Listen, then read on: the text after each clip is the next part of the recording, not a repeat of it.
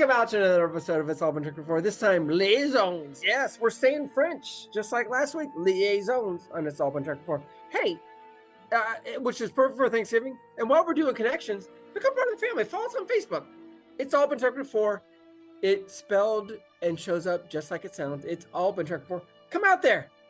Like us. You can't subscribe there, but you can like us. You can subscribe to us on YouTube while you're at it, though. It's All Been Tricked Before. Like us. Talk to us, say stuff. Maybe you have maybe you have beef with us, probably with Keith, but it might be with me or Jimmy Jerome. Do it. Go out there. It's All Been Tricked Before on Facebook, and It's All Been Tricked Before Liaisons on It's All Been Tricked Before. Welcome out to another episode of It's All Been Tricked Before. Your regular hosts are here. This is Stephen. And Keith. Jimmy Jerome, and our guest from last week, Q, has returned. Hello. As all Qs typically do, they come back every once in a while just to cause trouble and mayhem. They show up and say, hello, dummy, and things like that. And then if you're Cisco, you slug them and they go away. I like that you said that, because you sound like the great Gazoo, which is who I always reference. Yeah. Hello, dummy. Yeah, from the Flintstones, if you're not familiar. Yes. Well, I figured you might be. But for anyone, the people I'm pointing out, like at the screen, them, the Patreon donors, right? Yeah. We're talking the second episode of the Next Generation's final season, Liaisons. First impressions. A little bit dangerous, as I was noting last week, because that was worth bringing up again. God, I hate myself. I was just like, I'm right at the day, and I'm saying I already hate myself.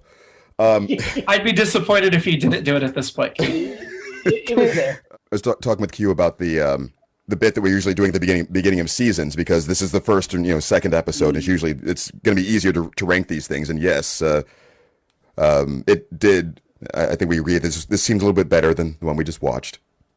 Mm-hmm. Ooh, Keith, you're spoiling the rankings right off the bat. I'm inconsiderate that way often. But I agree. I don't know if it's because the last episode was a stinker, but I enjoyed this one quite a bit. So, I thought it was very entertaining. A lot of laughs. I don't want to spoil things, but I enjoyed it a lot. I guess I thought of it the same way. I thought it was bat-ass crazy, but I like that. Like Face of the Enemy. It's not as crazy as Face of the Enemy, and I think it's better than that. Although I'd still watch Face of the Enemy because it's so insane to me. But was that the one where Troy was going undercover and woke up undercover on the? She wakes up as a Romulan. It's like, this is kind of weird. Right. Not like, what has happened to me? And then takes over. So I like that there was so much going on. There were A, B, and C lines, or maybe B, and B line storylines going on. Maybe adding up to an A. But I liked it. So yeah, I liked that it was kind of an anthology almost. It's good. I'll save that for the end. I'll just say it was an anthology. I'll come back to that later. We start with a thoroughly charming scene between Riker and Worf, whereas Worf is engaging in a tactical delay, not procrastination, and Riker tells him he looks good in a dress. I love that much. Good. Yeah. That's what Next Gen does best. We have these little moments between a couple of characters where they're just ribbing on each other personally, and you see the deep affection.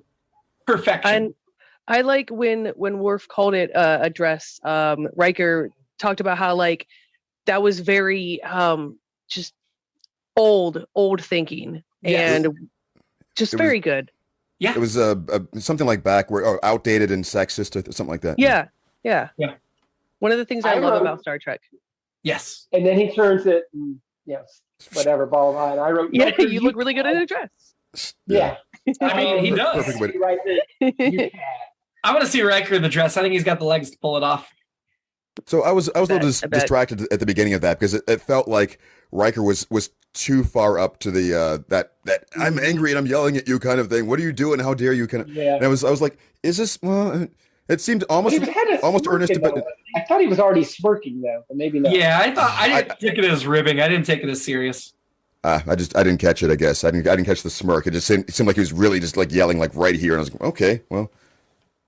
So they go to the shuttle bay, and everybody's in dress uniforms except Picard, who's got his casual, comfy, crushed velvet uniform on, which was so stark in contrast because normally when the crew's in dress uniforms, they're all in dress uniforms. And he's going to the planet that these aliens are from, and he's the one that's underdressed. That's his comfiest uniform. That's like Kirk and the Green Wraparound. Well, we find out later that traveling outfit. Yeah, it's for traveling.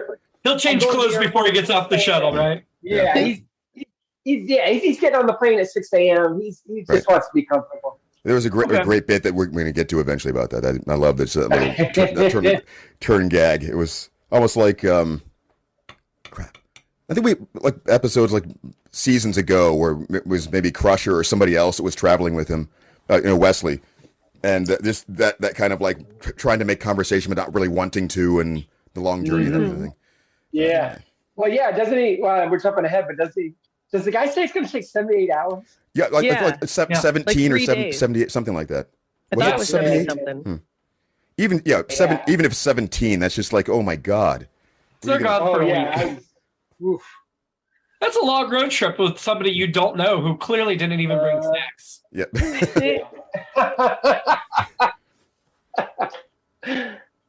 So in that scene in the shuttle bay, we're told that Riker is a skilled diplomat, which definitely wasn't the case in season 1. So it's nice to know he's had some growth. Okay. Yeah.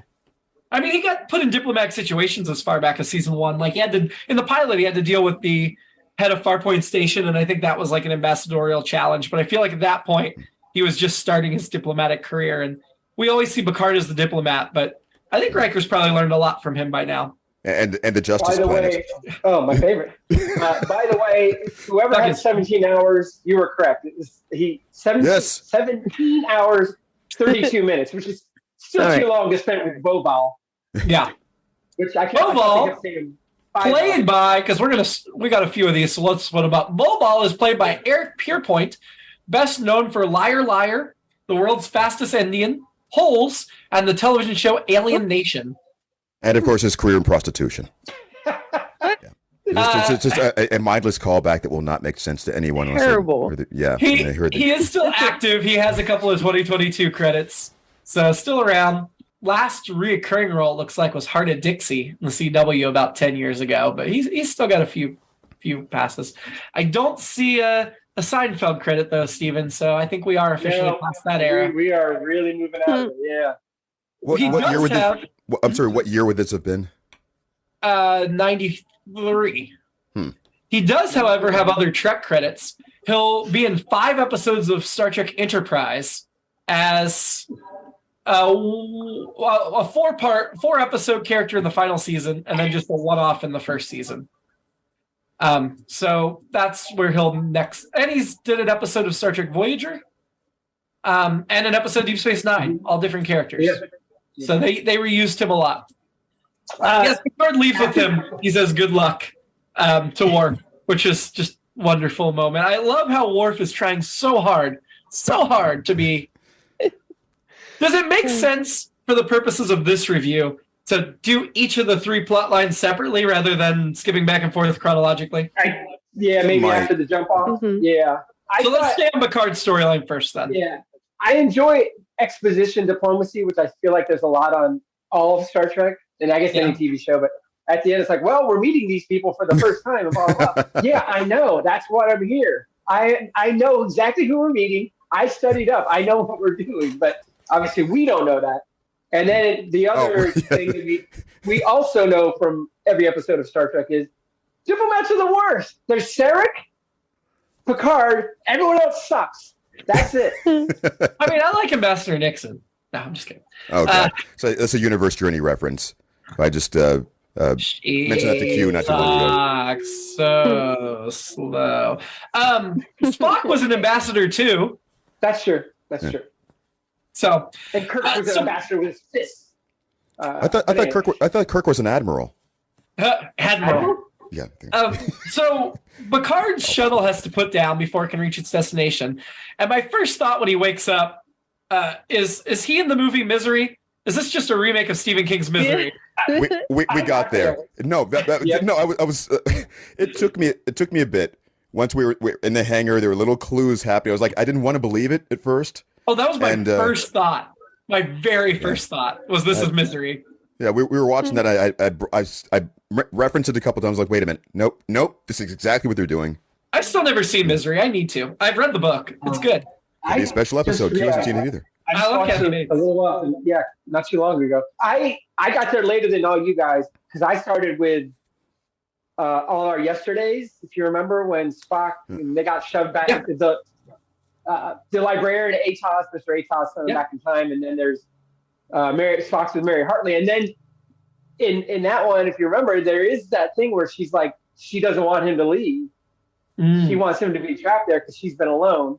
And then they, whatever they figured out or whatever, which was also echoed here as well. So after I thought Misery, my original series thing, I thought it was she's being on It's the Cage, the only survivor of a shuttle crash, and she's tricking him into staying. That's good.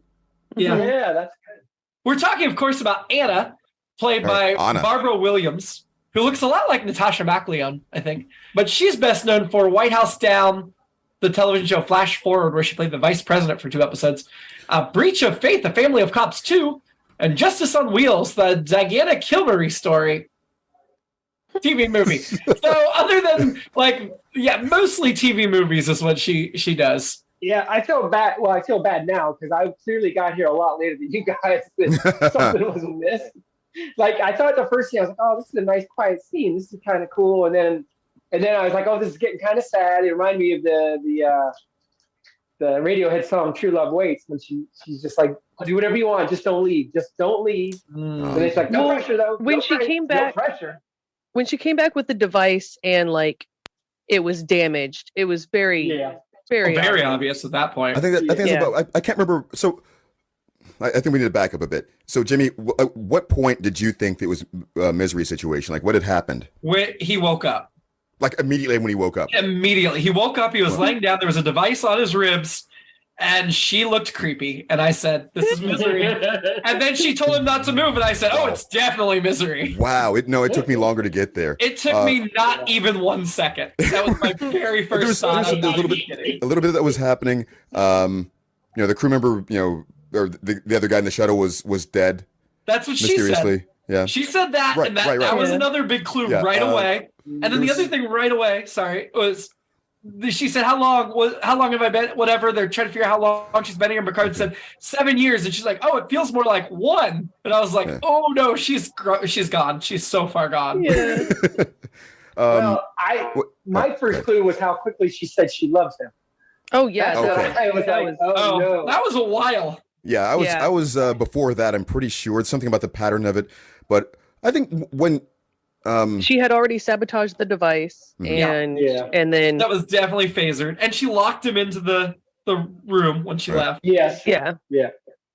Although I did think she might make a good match for Thomas Riker. Maybe they should introduce her. Because he was also stranded for 7 years, wasn't he? Or maybe it was longer. I did appreciate that Anna didn't actually kill the pilot, which, of course, we find out later a whole different twist that I did not see coming. Yeah. But the slow metabolism, I totally bought it. I was like, oh, that's a cool alien thing that he's got slow metabolism, so he appears dead. All right, let's back up for a bit. Although, is that even true? Who knows? The cliff thing was way at the end of that little the reveal and everything. Yeah. So, something about the locked room. I think that was tipping me off. At first, when we first see the close up of her face, I can see the mirroring of that scene in Misery when things are kicking off. But I've never seen the movie. I've only read the book. So. Oh, that's pretty much the way it was shot. So that didn't occur to me then. She seemed a little creepy at first, but then you pull back and go, "Oh, well, this is a very beautiful woman." And then and it seems like they keep. She is beautiful. I'll give you that. Yeah, it seems like they kept kind of teasing something that might happen. And then when we get to that, the begging and I'll do anything you want. Okay, I thought this is TNG. We're going to be a little suggestive here, or something, or maybe I'm reading too much into it, and then right in for the kids. What? If this was TOS, Kirk would have slept with her right away. Right. Yeah. And so, yeah. I mean, she tackles him, and she does. Ridiculous. And I did think it was really weird the necklace was left on his chest. I do think that was a stretch, the way that all of a sudden she was wearing it. He's like, oh, that guy must have given it to you. That seemed a stretch to me. That he left it there and the guy must have circled back and picked it up for some reason. But the whole thing where he was trying to study intimacy and love, I guess if you don't understand intimacy and love and all you have are these logs, I could see how you could think you could use the situation to get there. Anybody that knows intimacy and love should know that that's a huge mistake and not at all the right way to go about it. But I buy the alien coming up with that plot. And it's essentially a planet of eighth graders, apparently. And the real one fell in love, the real woman in the real story, but she wasn't crazy. It was a different situation. Well, they were taking the surface of it and trying to recreate what they saw of the events to make something happen, and thinking not really quite understanding the way that the emotions would come about naturally through that situation, rather than saying, "This I've done these steps. You're supposed to love me now." Yeah, she said similar things throughout that, which were. And the thing is, I found it believable enough up to a point. Yeah, and anecdotally, we probably have known people who have said things like that or have done things like that, who they're hearing parts of what the other person is saying that they want to hear for a purpose. And they will go, okay, I'm going to go through the motions of what you just said. Because I remember thinking that as I had to pause it a bit. So we during that scene we were talking about it when Picard seemed just a little naive. When she has said something to the effect, during conversation afterward, I love you. No, I think that she already kissed him. He's moved on. Okay, I'm working on the project. I'm going to fix this thing, and she's like, oh yeah, great. By the way, I love you. He's just like, well, this is unhealthy. Let me explain to you why this is not a good idea. And the first thing we think is, it's very dangerous. Yeah, if you are like. Yeah. Basically being held captive. Yeah. And you for your own safety, you should probably placate this person until you know that you are in a position that you can get away from them well. But I'm like, oh, this is going bad. Oh, this is so bad. I did see a lot of Picard's behavior as just placating until he could get away. So I think he wasn't placating enough, though. No, but that explanation was incredibly dangerous. The way he went about it, it was very forthright, straightforward. Like, he thought he was reasoning with someone. Yeah, it's the responsible thing to do, but at the same time, he didn't get there soon enough. It was more like, let's just barrel right in there and try to crush her dreams right now, and not like underestimating the potential of what she might be capable of doing until he started seeing those signs of, oh my, you went this far. You can see the disbelief as he's expressing this, and it makes sense. In that in a futuristic society of that sort, he probably wouldn't have encountered many people who were that unstable. Our present day now, certainly 90s or whatever, in between, I think personally encountered people who would do things like that. And, I am kind of surprised though that the Voval locked him in the freighter when he went out, because if they're just following the logs, I doubt that real woman locked that guy in. I mean, and the ribs, of course they're going to fake the rib injury because the real person had a rib injury, but the locking in, that probably wasn't part of the real story. I think that's so. This is the thing for their limited understanding of emotional maturity and so forth. It was expediency, and more like not method acting necessarily, but we have to follow these rules. Here's how we set this up so that this can't be violated. I need you to stay here to do this thing. I don't want to risk you leaving while I'm off doing this other preparation and coming back. It's important that you're trapped in here for this to happen. So they're like the situation. They're like following a recipe without really understanding the context of why. Yeah, they just made up the story of like wild animals out there. Yeah, which makes sense. So I will say this had a happier ending than Misery, though. Yeah. And I think Picard was sincere when he said at the end that he found them intriguing and the whole experience. Yeah. I mean, the experience was too extreme, but there was something about taking the emotion to the extreme was an interesting way to approach it. I think he said that diplomatically, but I don't think he was completely insincere. Well, he told him that like what he did was technically like by their society standards criminal. Right. But they don't have crime. Yeah, I love the way crime. What's crime? That kind of the word I used before. It's expedient, and I think Picard appreciated that. Humans have this way of doing things. They're approaching that middle ground, and but there's certain things you can't quite understand until you really are committed to going through the motions. I think he was expressing admiration for that.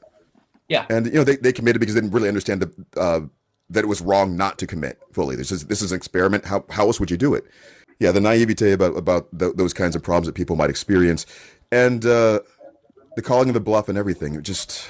I also think him saying about if I find your approach intriguing, take it to the extreme. He's also describing the episode. I feel like maybe, which I did find it intriguing, and yeah, so.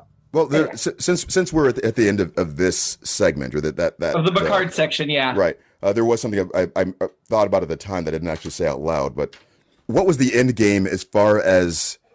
So this guy essentially had like a holographic suit on of this woman throwing herself at him, kissing him. So it's probably his body doing this, and they don't really address the fact that he's just physically doing this. What would have happened if it had gone further? Like, how far was he prepared to go, and how they've done it? I think they got all the way to intercourse. That he's succeeded. That it's done, right? Because he successfully made Picard fall in love with him. Right, but how much did they understand about like the actual human sex and what was going to happen if? That's true. Oh yeah. And it wasn't. It was admirable that it wasn't like Picard doing the the 90s like oh my god that thing. But didn't even like occur to him. That didn't even address. Yeah, Kirk would have figured it out much sooner. I'll say this I'll say this for all those guys, whatever planet they're from. Like I don't remember. And this is my one fashion note. Especially Voval and Byleth. Those guys are body positive because you can see everything. But I appreciated how plain. I appreciated how plain their outfits were because once we started to learn more about their society, I was like, oh, I get why their outfits are so plain. It made sense. They don't have the pleasure of certain things. Yeah. Right. How'd they even know about kissing? Probably from the logs or maybe some video or something. How'd they figure out what kissing was? They watched human TV. Soap operas. Yeah, she had some DVDs with her when she crashed. Yeah. And they were like, oh, let's pop this in. And, that's very interesting. No, no, that's actually a very good question. I'm not sure how they understood the physical execution because, again, what were they going to do if it had... And we don't even really know what kind of genitalia that they would have had because they aren't reproducing. Maybe they got both. I beg to differ. You can definitely see what kind of genitalia. I can tell you that much. Well, we know in Star Trek in this era, gender's binary. So of course, universal. From the joke here being, of course, that's the way that the 90s writers were thinking about everything. So they always wrote everything exactly right. It's this or this or some crazy thing. They've said it pretty much explicitly, right? Yeah, gender's binary. Yeah. Yeah, so that's the other part of the joke. Star Trek's also not backwards. Star Trek's advanced in a lot of ways, but there's still blind spots that they'll correct now, but it takes them some time. Yeah. There's a Discovery. Yes. Discovery helps. You mean the series Discovery, not like yours at Discovery? Yeah. I mean, a little bit of both, I guess. Both.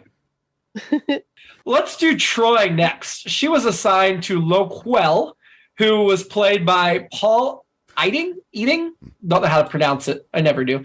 But he is best known for the Transformers, the movie from the 80s, and Metal Gear Gear Solid 2 voice acting. He's got 292 credits. Ben 10.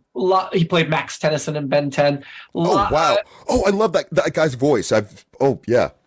Yeah, he's got a ton of animation and video game credits. Like I said, he's got like 300 IMDb credits, which you really only get when you're talking voice actors. So this actor's other Trek credits are all voice acting for Trek video games. This is his only live action Trek appearance. He's does multiple voices for Star Trek Deep Space Nine, the Fallen video game, Star Trek Armada 2, Star Trek Starfleet Command 3. So yeah, that makes sense because he seems to be into so many video games. But Troy is assigned him, and he wants to experience dessert because he does not understand that eating only for pleasure. He only eats for nourishment. And so she gives him this chocolate thing that has 17 varieties of chocolate. Man, that looked amazing. I really want some. Yeah. Was it the big dome of stuff or just... Yeah, I told my wife happened to walk by and I was like, can you make that? And she said, if you watch the kids for a full day. I said, I will if you'll make that. No problem. No, it looked fantastic. And his childlike I mean, clearly of the three, he got the best job, right? When they drew straws, he got the good one. Because, we won't get into the poker game scene too deep because it's mainly the other one, but his part of the poker scene where he's just sitting there eating and looking all happy and joyful watching it was so much fun. So much fun. The only other note I have for that plot is Troy, he offers Troy a sip of his juice and he keeps insisting it. Yeah. And so she lifts the lid and doesn't use a straw. And I thought that was a very modern way to approach that. I don't know if they're still doing that in the 24th century, but his fascination with the kid. Yeah. Well, that too, because they said they had a cellular compound or something instead of kids. Instructive. That was very helpful for explaining quite a few of those things. Yeah, maybe quite uncomfortable at first, like because where the line is going to happen here. Thank God it didn't get creepy with the kid. They played it off well. Can I give your child a dessert? Yeah, the mother was like, "Sure, this is the future. Sure. We don't have that sort of thing happening." Can I give you candy, kid? Come to my van in the shuttle bag. Right. Do you like dessert? Is this the whole storyline of the aliens learning these new things? Is it like the DS9 where the light beings came and they were all partnered up with somebody? Oh, God. Yeah. I mean, this is a better version of that, but I can see it. Yes, it is. Yeah. So Worf was assigned Ambassador Byleth, played by Michael Harris, who's best known for Suture, I Love You, Don't Touch Me, and Horse Player. I'm sorry, what was the third one? Horse Player. I thought that's what you said. It's all one word. Horse Player, one word, the 1990 film, as I'm sure you're all familiar with, as well as the 1997 film, I Love You, Don't Touch Me. He only has 67 credits on IMDb, which really isn't that many. And this is his only Star Trek credit, but I guess he did an episode of ER and an episode of Lois and Clark: The New Adventures of Superman and an episode of Sybil. But no, I don't recognize any of his credits from the last 25 years. Yeah, Worf, of course, it's going to be funny because of how he is. And I love immediately, they're like, he's temperamental, he's aggressive. Yeah, he's just like you. Yes. Yeah. Data dropped the bomb. There's a data bomb. Data says, you share all of those qualities in abundance. Perhaps you should try to build on your similarities, which I thought was a great, funny exposition setup. No, not only that, with the knife when he went to slice the meat. Yeah. I had recently, I'm still watching Strange New Worlds, and there's an episode of that seemed kind of similar. I mistakenly thought that they were doing a similar kind of pattern here. I thought they were like empaths. Yeah, like they're imitating the person that they happen to be with, because it seemed like it was almost eerily appropriate for them to have been paired up with these people for certain reasons. Although he chose Worf for that reason. I'm realizing now in retrospect, it's like Riker isn't the right guy. That guy, I can tell that guy right there. That's who I need to, explore my mission with. Yeah, that's really clever when you think back about how that worked. I like LaForge. LaForge's like smirk and stuff when he was venting to him was pretty good. So the note I have about the LaForge scene, and you're right, absolutely. But this was my fashion note. Generally in Star Trek, there's three uniform colors, right? Other than like a Kirk wraparound. The yellow, the gold, or the gold, the red, and the blue. But Geordi and Worf's uniforms are very different colors in this scenes. Geordi's is more green and Worf's is like bright yellow. And is that because Geordi's is like faded over time, or did they just like weren't able to get the same yellow fabric they've been using and made a new one? It just looked so stark side by side that they were very, very different colors, even though they were both gold uniforms. Sometimes that algae responds weird. The algae the uniforms are made out of, yes. Yes, as we learned in a animated series episode. That was what that was. Oh my God. Yeah. I forgot about that. Did they ever confirm that as part of the canon, like in a live action? The animated series is canon. But no, I mean like a live action, like a follow up. I don't think it's been mentioned in live action. Never mentioned. It is canon. Hasn't been mentioned since. Yeah. Huh. Yeah, it is canon though. The poker game with the stealing the chips and cheating, just trying to instigate a fight. He was trying so hard to frustrate him. So I caught like a continuity error there, and I had to back up because I was a little confused about the way things were oriented on the table. Q caught it. What the I was looking down. Well, that he was actually stealing from the pile. So when they first have the hand there, the way it's set, so that the pile is on Worf's side, and he's reaching over, like he's reaching for the messy pile. And he has like this neat stack in front of himself, and when they cut back and pull away to the larger shot from the other angle, they're sort of reversed, or rather they're still in the same direction, but it didn't make any sense because his messy pile was on the alien side instead of I don't know. It was closer to the alien, to the ambassador. Yeah, they were reversed ordered, and so I had the same response. I just thought, did I fall asleep for a second? Yeah, it's like, wait, what? Why is he upset? Is he really? Man, Riker restraining Worf. I like to think Worf's got a little bit better self-control by season 7, but well, that Byleth, man. Well, I guess he has spent all day with him. Yeah, and yeah. As he tried, I guess it's probably pretty impressive that Worf lasted the whole day with him constantly poking at him. Yes, for that purpose. I mean, that's what he was trying to do. So my favorite line is here once they fight or in the middle of the fight, and Worf says, if you were not an ambassador, I would disembowel you right here. I love it when somebody uses disembowel. Good word. Great word. So the way he was so excited about the fight was awkward. The ambassador? Yes. He's like, finally! It reminded me of like Klingon like mating weirdness. I was just like, whoa, buddy. Whoa. All right. I'm pretty sure all day. I'm pretty sure Worf and Kalar spent like 11 hours on the holodeck too, just like this guy did at the end of this. So, so at the end of this, was Byleth Worf's husband? Is that how it ended? Yeah. Okay. Yeah. then they could experience love, and he completes the mission of all 3. Wow. That's my alternate episode. I didn't have one. I'm calling it right now. Oh, that's good. Oh yeah. To add on that, so it's like the actual mission was for them to compete to see who could collect all 3 soon or something like that. Gotta get them all. I mean, I wasn't saying there was compete, but if he got 2 of them, then that made up for the guy failing. So I failed. That's okay. I took care of it. We're good. My alternate episode was that Geordi gets trapped with Anna, and he's fine with it.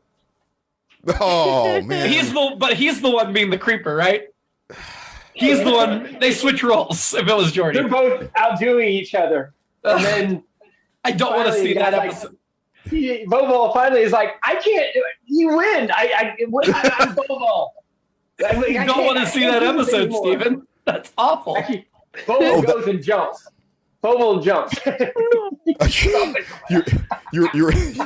get away from Geordi, yeah. You reminded me of the thing that I was going to say before. Now, the first thing that I forgot, that I didn't realize I'd forgotten, I'd actually guessed the twist, in the sense that it popped into my head as being something that was sort of ridiculous. I was like, that can't be it. But the timing of the switch off, him showing up, I didn't even know that pretty well. Yeah, I didn't know anything about the necklace or anything. I just kind of kept it to myself. I was like, okay, whatever. And I thought back, I was like, oh my god, they are going to do what I thought they were going to do. Yep. Here it isn't. Yeah. The only other note I have is the conclusion of Troy's story is that he gives her bland crackers and she really appreciates it because he spent too much sugar. And I feel that I could not keep up with him on the sugar. I would be like, yeah, give me some. I want something vegetables. Give me a big plate of vegetables. Maybe some meat. Just a mound of salt. With just a little bit of potato chips in there. That's how I eat all potato chips. My one other note was, I think this was actually in Picard's, but I just like that M class is still a thing. I mean, obviously, but M-class feel like that's throughout all track, all through TNG, but I just like that it started and then it's not just TNG, it's through all of it. Yeah. Something I probably should have thought to bring up sooner, because I wondered how Stephen would feel about the framework of this, because I guess it wasn't technically a species testing. So it wasn't like a necessarily more advanced superior species testing humans again. Mm-hmm. It's almost like they're almost testing themselves in a way, like they wanted to understand. Yes. Mm-hmm. But I don't know. Well, and that brings me back to my other note, which I thought you were going to ask about. Do we like having 3 storylines? Does it make sense as diplomats? It kind of made sense to divide and conquer or whatever. Mm-hmm. Maybe I liked it. Well, I think it was necessary to establish the pattern. If you have this is almost one of those puzzle episodes where you're trying to, what are they doing? Why are they doing this? And they needed to have like 3 points to make the pattern and some sort of consistency to say, oh, now I understand why this fits with that and that, and And for sure, there's not one of them that would sustain an entire episode. Right. Not as they were presented. Well, yeah, for I the like concept, the it would have made vision. sense if it had been one thing. Yeah, I one did too. emotion would have been like, Yeah. And I liked which three characters they picked to do it. I enjoyed. I think they picked the right ones for the right emotions. Yeah. I mean, you could argue maybe it should have been Riker instead of Picard, but Worf and Troy were well suited. true. Yeah. I said it's like just didn't give Riker wasn't directing this one. No, Cliff Bowl, one of our regular directors, did this one, not Jonathan Frakes. We didn't talk about the writers. This was a lot of writing credits on this one. Story by Roger Eschbacher and Jacques Greenspan. Roger has 23 writing credits. This isn't only Trek, but he was a writer for Dorothy and the Wizard of Oz, the cartoon in 2017, some Looney Tunes, new Looney Tunes, and Baby Looney Tunes episodes. 4 episodes of Real Monsters, but it looks like mainly cartoon. Real Monsters. Not a lot of great ones. Jacques only has 2 writing credits, an episode of this and an episode of The New Adventures of Robin Hood in 1997. So, not super experienced. And then the teleplay was by Gene Kerrigan Falchi and Lisa Rich. They both have 3 Trek credits. It's the same 3. I guess they always work as a pair. They both have story by on Duet, which was that awesome episode DS9 with the Cardassian war criminal. Yeah. But they didn't write. They didn't get teleplay. They just pitched the episode "Move Along Home," where they were trapped in the game. You remember how awful that was? Right. That was the one they wrote. Ugh. Yeah, and then Lisa also has 3 producer credits for Dr. Dracula, A Rainy Day, and Lucifer's Women. Gene doesn't have any other credits other than these Star Trek episodes. So a lot of writers had a hand on this one. I'm surprised it's as decent as it is with that many writing credits. Yeah. I don't know if we mentioned how Picard at the end talked about how the way humans go about meeting other races is very like the right words is kind of like gentle, I guess. Yeah, we were touching on that earlier, but we humans tend to take a rather balanced approach towards life. Never too much, never too little. Yeah, and they were just very more aggressive or comfortable with just diving right into it. That's kind of what all of the Star Trek alien races are, aren't they? They're all a little extreme in one way or another when they're first introduced. And humans are the ones that are actually mixed and balanced. Once you get to know like Cardassians and Vulcans and Klingons, you see a lot of layers. But initially, all the aliens are introduced as very one note. Yeah. Who was your annoyance this week? I'm going with Anna. I couldn't stand her. I'm sorry, I couldn't stand Anna. She was creepy. I went with Byleth. The Worf's ambassador. Worf's, yeah. Okay. I liked him, but okay. I wanted to disembowel him right there. I'm still thinking about it. I guess I'm probably leaning toward what Byleth. I think the Worf's ambassador. Yeah, I don't know, just something. Oh, okay. Too bad. I mean, for the. Okay. I liked him. Does that? You guys didn't like him. I liked him. No. I mean, I dislike Anna. Anna. Okay. Yeah. So 2 and 2. Yeah. I mean, I like the payoff. I kind of got that. There was something redemptive about what he was going. When he's like, "Thank you." He became super charming as soon as he got his goal. He was into it. Yeah. I mean, nothing wrong with being into that. Okay. No, I think what it is as long as it's consensual. The purposeful antagonism, even though within the context of what is supposed to be happening there, just there've been too many people that have done things like that. That just kind of. I guess that's what it was. That makes sense. Who are you having a drink with? Not Anna. No. No. Who was Troy's ambassador? Yeah. Laquelle. I liked him. That was mine as well. Yeah. That's what I was going to go for. Nice, tasty liqueurs. Right. Yeah. We'd have a good night. Although he might encourage our worst instincts, but that's okay. I'm going to take Troy out on a date, and we're just going to eat a lot of savory food. Okay. Yes, counteract. Drink, but also. Yeah. As long as she gets the dessert at the end. Yeah. And I meant an actual dessert, Stephen. I meant an actual dessert. Still want actual dessert, bye. Laquelle as well, I think. Nice. Yes. Okay. So we're a little more in sync on that one. Balanced? No. I think. Yes. No, extremed, yes. Does anyone want to argue that this should not be above Descent Part 2? For the listeners at home, that was cute. Just involuntarily snickering immediately after the question was raised. It was. I do not. No. That's. I think that was as easy as the ranking the first episode. Yeah. Cool. Yeah.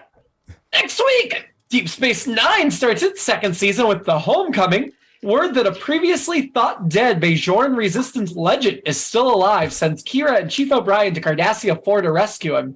Meanwhile, the Circle, a sect of the Bajoran provisional government that is intent on wiping out alien influence, is sneaking into power. So you have Bajoran political intrigue next week to kick off season 2. Ooh. And I see a picture of Ducat as the episode thing, so we got Ducat coming back. Well, Yeah.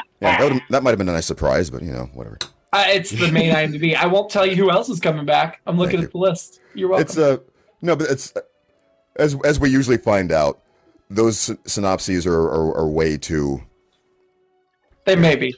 Yeah. They may be. See. We'll see. If the Circle is a big twist we find at the end of the episode, I'll be pretty upset. Until then, live long. Don't skip the ice cream. And prosper. And find real love. The healthy way.